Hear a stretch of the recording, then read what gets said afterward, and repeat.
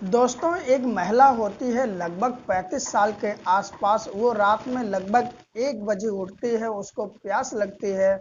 उसके कमरे में जब पानी नहीं होता है तो उतर करके वो नीचे पानी पीने के लिए आती है, और पानी पीने के बाद जब वापस अपने कमरे में ऊपर जा रही होती है तो उसे अपनी बेटी के कमरे से अजीब गरीब आवाज़ें आती हैं।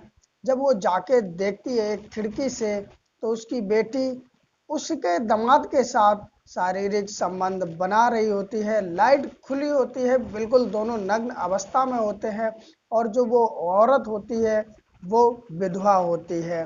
दोस्तों, कुछ देर खड़े होने के बाद में जब वो ये सब देखती रहती है तो उसके मन में भी जो शारीरिक संबंध बनाने का हैवान होता है वो जाग जाता है। और दोस्तों, फिर वो कुछ ऐसा खेल रचती है जो कि उसे भी नहीं पता होता है कि उसकी आने वाली ज़िंदगी में क्या तबाही लाएगी। तो नमस्कार दोस्तों, मेरा नाम है अजय श्रीवास्तव। लेके चलते हैं इस कहानी में। दोस्तों, उससे पहले वीडियो को एक लाइक कर दें और चैनल को कर लें सब्सक्राइब, जिससे मेरा हौसला बढ़ता रहे। आज की जो दोस्तों कहानी है वो उत्तर प्रदेश के बिजनौर जिले की है। दोस्तों, 14 सितंबर 2016 को एक लड़की की शादी होती है जिसका नाम खुशी होता है। दोस्तों, खुशी की जो माँ होती है उसका नाम सुधा होता है और उसके पिता का नाम रमेश होता है। दरअसल जब खुशी की माँ की शादी होती यानी कि सुधा की रमेश के साथ में, तो वो दोनों बहुत एक दूसरे को प्यार करते थे और बहुत प्यार और सम्मान के साथ घर में रहते थे। जो भी लोग देखता था कहता था भगवान इन दोनों की जोड़ी को नज़र ना लगाए, क्योंकि जो सुधा देवी थी वो बहुत ही अच्छे परिवार से थी, और जो अपने ससुराल में आई थी रमेश के साथ रहती थी तो इतने सज्जन तरीके से रहती थी कि हर कोई उसकी बड़ाई करता था। लेकिन दोस्तों, कहते हैं जो ऊपर वाले को मंजूर होता है उसके सिवा हो ही क्या सकता है। तो दोस्तों, सुधा और रमेश लगभग 5 साल साथ रहते हैं, और 5वीं साल में सुधा जो प्रेग्नेंट हो जाती है और एक लड़की को जन्म देती है जिसका नाम खुशी रखा जाता है। और 1 साल बाद दोस्तों, सुधा के पति यानी कि रमेश की मृत्यु हो जाती है। उसके बाद में सुधा का जो जीवन है अंधेरे में चला जाता है। उस घर में सुधा और रमेश और उसकी बेटी सिर्फ 3 ही लोग थे, इसके अलावा कोई भी नहीं था। और जब रमेश की मृत्यु हो जाती है तो अब सुधा बचती है और 1 साल की उसकी बेटी खुशी बचती है। लोग कहते भी हैं सुधा से कि अभी तुम जवान हो, तुम्हारी उम्र ही क्या है, तुम किसी से शादी कर लो। लेकिन जो सुधा होती है वो कहती है कि मैंने अपने पति से वादा किया है कि तुम हो या ना हो, मैं रहूंगी तो इसी घर में रहूंगी, और अब तो मेरे पति की एक निशानी भी है मेरी बेटी के रूप में। मैं अपना जीवन इसी पे वार दूंगी और इस निशानी को बड़ा करूंगी और पढ़ाऊंगी। दोस्तों, होता भी ऐसा ही है, वो शादी नहीं करती है। और जो मैं बता दूं आपको, रमेश होता है उसकी सरकारी नौकरी होती है। जब वो ख़त्म हो जाता है तो वो नौकरी उसकी पत्नी सुधा को मिल जाती है। तो दोस्तों, पैसों की कोई टेंशन होती नहीं है। सुधा नौकरी करती है और उसकी अब बेटी धीरे धीरे बड़ी होने लगती है। वो पढ़ाई कराती है उसे, क्लास फर्स्ट से लेके धीरे धीरे 8, 10वीं 12वीं इंटर कर लेती है। जब दोस्तों खुशी शादी लायक हो जाती है तो सुधा को लगने लगता है कि अब मेरी बेटी जवान हो गई है, इसकी शादी कर देनी चाहिए। एक शादी के लिए वो रिश्ता ढूंढने निकल पड़ती है, और पास के ही एक गांव में एक लड़का मिल जाता है जिसका नाम दिवाकर होता है। बहुत अच्छा था, सुंदर था, सुशील था, और दोस्तों उसकी भी सरकारी नौकरी थी। इससे बड़ी खुशी क्या हो सकती है सुधा को कि मेरी बेटी जिस घर में जा रही है वो दामाद मेरा बनेगा, उसकी भी सरकारी नौकरी है। दोस्तों, सुधा देवी जो होती है वो खुशी की शादी दिवाकर से कर देती है। अब दिवाकर और खुशी दोनों साथ साथ रहने लगते हैं। 14 सितंबर 2016 को शादी खुशी और दिवाकर की हो जाती है। अब दोस्तों, खुशी दिवाकर दोनों जिंदगी में खुश थे और हंसते हंसते दोनों की जिंदगी कट रही थी। दिवाकर जो होता है वो सरकारी नौकरी तो करता ही है, पैसों की कोई कमी नहीं होती है। खुशी को कभी रेस्टोरेंट ले जाता घुमाने, कभी बाहर ले जाता घुमाने, क्योंकि दोस्तों पैसों की कोई कमी नहीं थी और उन दोनों में प्यार बहुत ज़्यादा था। दोस्तों समय धीरे धीरे गुजरता रहता है। अब इधर जो सुधा होती है वो घर में सिर्फ अकेली रह जाती है। नौकरी के समय वो नौकरी करती है और जब घर में आती है तो उसे अकेलापन महसूस होता है। अपनी बेटी को फ़ोन करके कहती है कि बेटी कुछ दिन के लिए यहाँ पर आ जाओ, मैं अकेली हूँ। दोस्तों पड़ोसी पड़ोसी गांव होते हैं, आने जाने में कोई समय भी नहीं लगता है, इसलिए जो खुशी होती है अपनी माँ के यहाँ पर सुधा के यहाँ आ जाती और 2-4 दिन बिताने के बाद में वापस अपने ससुराल चली जाती है। दोस्तों समय का पहिया घूमता रहता है और एक समय वो आता है जब सुधा अपनी बेटी खुशी को फ़ोन करती है कि बेटी मेरी कुछ तबीयत अस्वस्थ है और मैं घर में अकेली महसूस करती हूँ, कुछ दिन के लिए तुम आ जाओ। खुशी जो होती है वो कहती ठीक है माँ, मैं पूछ के उनसे बताऊंगी। शाम को जब दिवाकर घर आ जाता है तो खुशी कहती है कि माँ का फ़ोन आया था, माँ कह रही थी कुछ दिन के लिए तुम मेरे यहाँ आ जाओ, यहीं पर रह लो। दिवाकर जो होता है वो कहता है कि तुम चली तो जाओगी लेकिन मेरा मन नहीं लगेगा। उसके बाद में खुशी कहती है अपने पति दिवाकर से कि तुम भी मेरे साथ चलो, वहीं पर रहो और वहीं से ड्यूटी निकल जाया करना, क्योंकि गांव ज़्यादा दूर दूर होते नहीं हैं। लेकिन दोस्तों जो दिवाकर होता है वो कहता नहीं, मैं यहीं से ठीक हूँ, तुम चली जाओ अपनी माँ के यहाँ। दोस्तों खुशी चली जाती है अपने माँ के यहाँ और 2-4 दिन रहती वहाँ पर। उसके बाद में अब दिवाकर को वो घर खाली खाली लगने लगता है, क्योंकि जो दिवाकर था अपनी पत्नी से बहुत ज़्यादा प्यार करता था, काम से आता था अपने पत्नी के साथ लगा रहता था, मौज मस्ती हंसी मजाक करता। अब उसकी जब पत्नी वहाँ थी नहीं तो वो घर उसको खाली खाली लगता है। अपनी माँ के साथ बैठेगा तो कितनी देर बात करेगा, अपने पिता के साथ बैठेगा तो कितनी देर बात करेगा, ये तो आप भी समझ सकते हो। दोस्तों उसके बाद दिवाकर अपनी पत्नी को फ़ोन करता है खुशी को, कहता है मेरा मन नहीं लग रहा है, तुम यहाँ पर आ जाओ। तो खुशी कहती है कि अभी तो 2-4 ही दिन हुए हैं और माँ ने तो कहा है कि अभी तुम यहीं रहना और मैं इतना जल्दी कैसे आ सकती हूँ, एक काम करो तुम ही मेरे यहाँ पर आ जाओ माँ के यहाँ।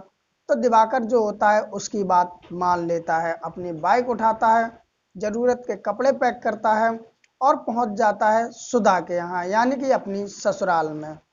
दोस्तों ससुराल में पहुंचने के बाद में जो सुधा होती है वो भी खुश होती है, क्योंकि उसकी बेटी और दामाद दोनों वहां पर थे।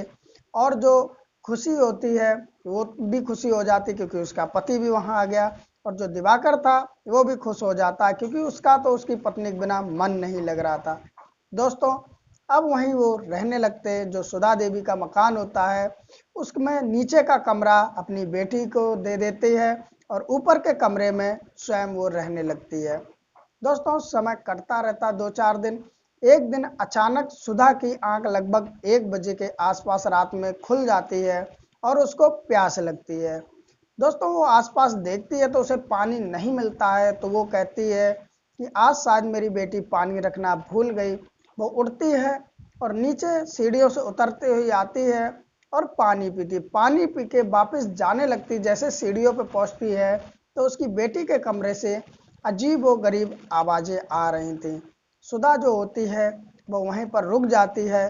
वो समझ तो जाती है कि ये आवाज़ें किस प्रकार की और किस चीज़ की हैं, लेकिन पता नहीं उसके मन में क्या आता है कि वो अपनी बेटी के कमरे की तरफ चल देती है। और जलने के बाद में उसके कमरे की एक खिड़की होती है, उस खिड़की से झांक कर देखती है तो दोस्तों उस कमरे की लाइटें खुली होती हैं और जो उसकी बेटी होती है और जो दामाद होते हैं बिल्कुल नग्न अवस्था में होते हैं और फिजिकल रिलेशन बना रहे होते हैं, यानी कि शारीरिक संबंध बना रहे होते हैं और एक दूसरे में इतने मस्त होते हैं कि उन्हें कोई दूसरे की परवाह नहीं होती। दरअसल उनकी जो बेटी थी खुशी, वो भी जानती थी कि मेरी माँ एक बार सो जाए तो सुबह ही उठती है, रात में उठती नहीं है, तो इसलिए ना तो वो लाइट बंद करती और ना ही किसी की चिंता करती। दोस्तों ये दोनों आपस में शारीरिक संबंध बनाने में लगे थे और जो सुधा थी वो खिड़की से इन सबको देख रही थी।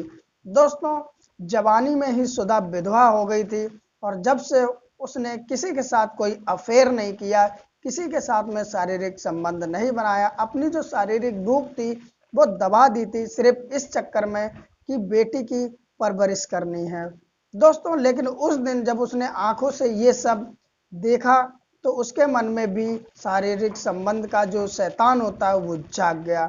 लेकिन दोस्तों अब उसकी शारीरिक भूख जाग चुकी थी, लेकिन वो करती तो करती क्या, वो काफ़ी देर देखती रहती है और उस जगह से वो अपने आप को किसी न किसी तरह से जो बेकाबू हो रही थी उसे काबू करके वहां से चल देती, सीढ़ियां चढ़ती और अपने कमरे में पहुंच जाती। अब दोस्तों जब वो कमरे में पहुंच जाती तो सोने की कोशिश करती है, लेकिन उसके सामने बस वही सारा कुछ आ रहा था जो उसने देखा था और उसका भी मन कर रहा था वो सब करने का, लेकिन करे तो करे क्या दोस्तों। अब वो जब अपने आप को काबू में नहीं रख पाती है तो एक प्लान बनाती है और प्लान के तहत अगले दिन जब वो ड्यूटी पर जाती है तो आते समय मेडिकल स्टोर पर जाती है और मेडिकल स्टोर पर जाने के बाद में वो मेडिकल स्टोर से नींद की दवा ले आती है दोस्तों। नींद की दवा जब वो ले आती है और घर में आ जाती है, अब खुशी खाना बनाती है और उसकी माँ सुधा होती है वो खाना परोसती है। परोसते समय वो नींद की दवा बेटी और दामाद दोनों के खाने में डाल देती है और प्यार से फिर तीनों लोग बैठ करके ये खाना खाते हैं। खाना खाने के बाद में सुधा देवी ऊपर अपने कमरे में चली जाती है और ये जो खुशी और उसका पति दिवाकर होता है वो अपने कमरे में चले जाते हैं। अब ये दोनों आपस में फिजिकल संबंध बनाते हैं।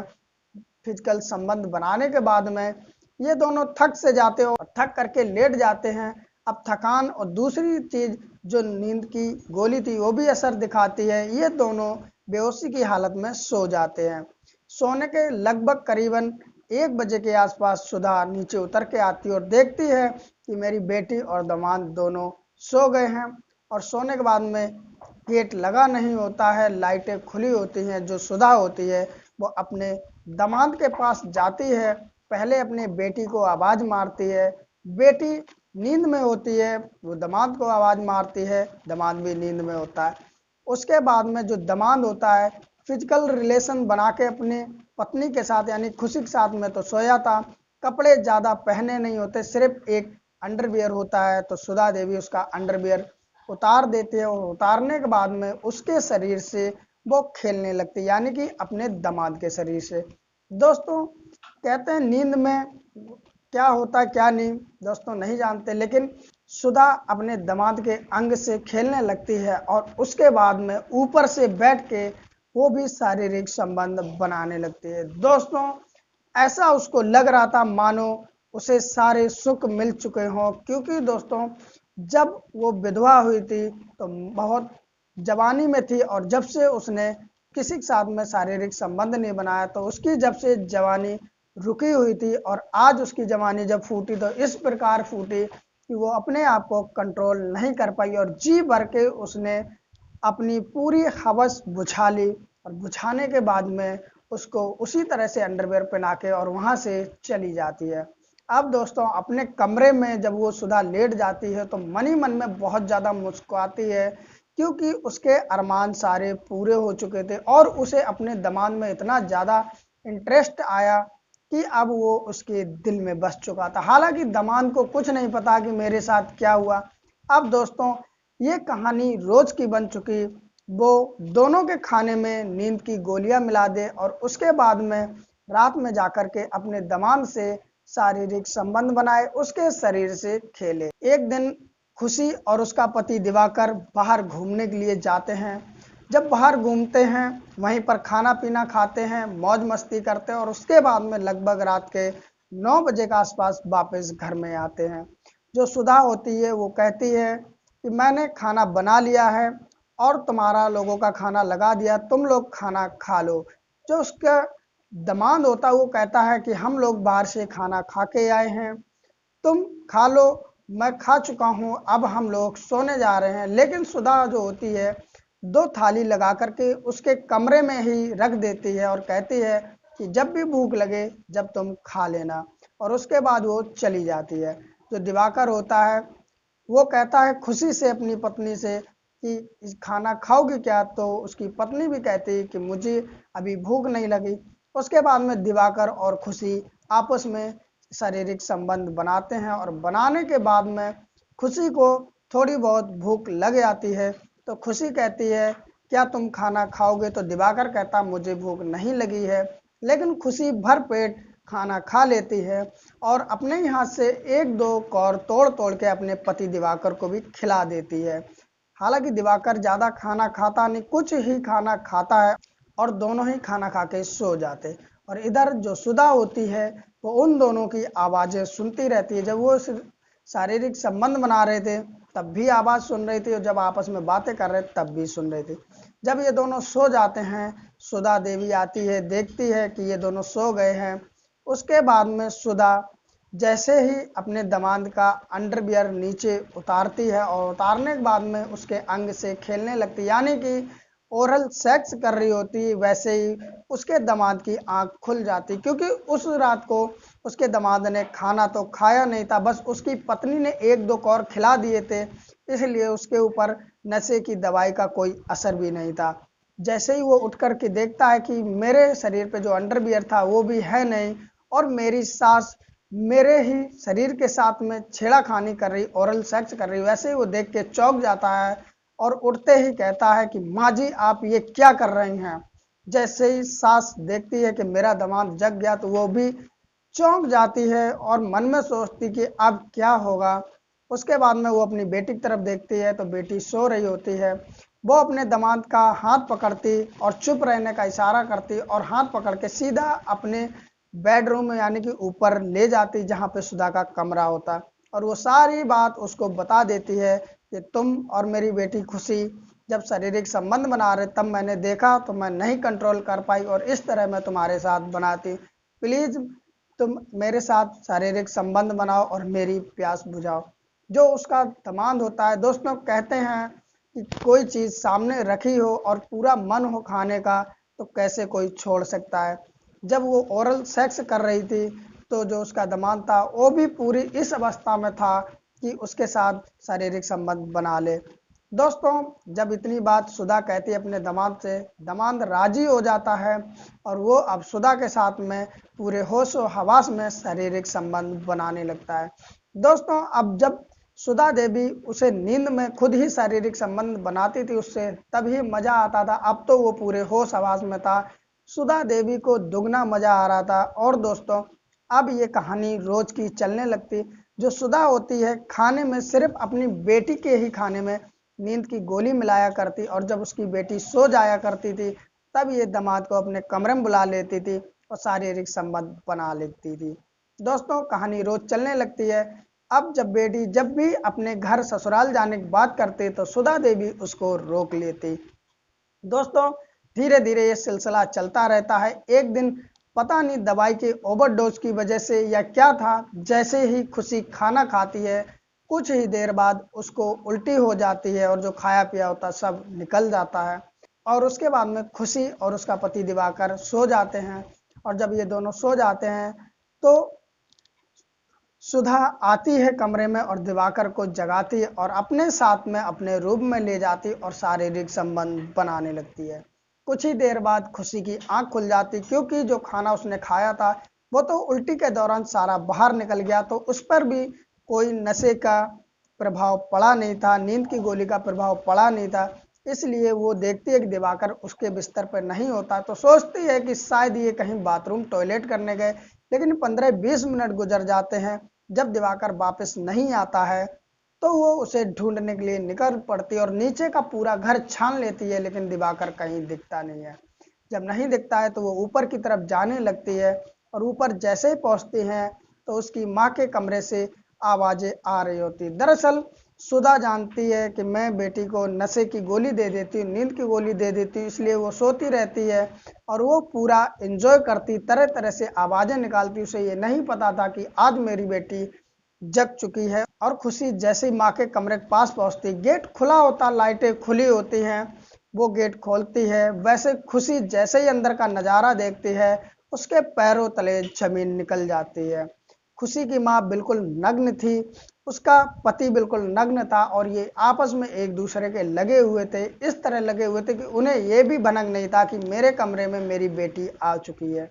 ये सब खुशी जैसे ही देखती है तो वो चीख पड़ती है कि माँ जी ये आप क्या कर रहे हैं। इतना जैसे ही वो देखती है कि मेरी बेटी आ गई है तो उसको समझाने की कोशिश करती है, लेकिन वो जब नहीं समझती है तो ये दोनों अपने काम से रुकते नहीं हैं और जब इनका काम पूरा हो जाता है तब ये दोनों अलग होते हैं। उसके बाद में ये कपड़े पहनते हैं और खुशी अपनी माँ से कहती है कि माँ तुम मेरी माँ हो, तुम अपनी ही बेटी के साथ ऐसा कैसे कर सकती हो। अपनी बेटी के पति को ही तुमने अपना हवस का शिकार बना लिया, अपनी बेटी का ही घर बर्बाद करने का सोच लिया, तुम ऐसा कैसे कर सकती हो। खुशी की माँ जो सुधा होती है वो सारी बात खुशी को समझाती है, लेकिन उसके एक भी समझ में नहीं आती और कहती है अगर तुम्हारे अंदर शैतान जाग चुका था तो मेरा ही घर मिला था क्या। इस तरह वो बात करते और कहते आज से तुम माँ कहने के लायक भी नहीं हो। और जैसे तैसी वो रात काटती सुबह अपने पति के साथ में अपने ससुराल पहुंच जाती है। दोस्तों समय धीरे धीरे गुजरता रहता है और खुशी स्पष्ट तौर पर कह देती है अपने पति दिवाकर से कि आज के बाद अगर तुम माँ के घर गए तो मेरा मरा मुंह देखोगे। लेकिन दिवाकर जो होता है वो भी अपनी खुद पत्नी खुशी की बात मान लेता, क्योंकि वो समझ चुका होता है कि अगर मैं वहां जाऊंगा तो मेरे घर में कलेश बढ़ जाएगी, हो सकता है इसका अंजाम भी बुरा हो। वो मान जाता। अब धीरे धीरे 4 साल गुजर चुके होते और इधर खुशी भी प्रेग्नेंट हो चुकी है और दोस्तों वो अपनी माँ से आज भी बात नहीं करती है। दोस्तों कहानी कैसी लगी आप लोगों को जरूर कमेंट करके बताएं। क्या खुशी की जो माँ सुधा ने किया वो सही किया, जो उसने अपनी प्यास अपने ही दामाद से बुझाई। दोस्तों कहीं ना कहीं लोग अपनी खुशी के चक्कर में यहाँ तक कि अपने रिश्ते भी भूल जाते हैं, जो कि खुशी की माँ सुधा ने भी आज यही किया कि अपनी प्यास बुझाने के चक्कर में ये रिश्ता भूल गई कि मैं किसके साथ क्या करें। दोस्तों आपकी जो भी राय हो इस बारे में वो कमेंट जरूर करें। क्या सुधा ने ठीक किया या खुशी ने अपनी माँ से नाता तोड़ करके ठीक किया। अगर कहानी अच्छी लगी दोस्तों एक लाइक भी कर दें और चैनल को कर लें सब्सक्राइब, जिससे मेरा हौसला बढ़ता रहे। चैनल सब्सक्राइब करने के बाद एक घंटी आएगी उसे दबा कर ऑल पे कर दें, जिससे मेरी हर वीडियो आप तक पहुंचती रहे। फिर मिलते हैं किसी नई कहानी के साथ, तब तक के लिए अपना ख्याल रखिए। नमस्कार।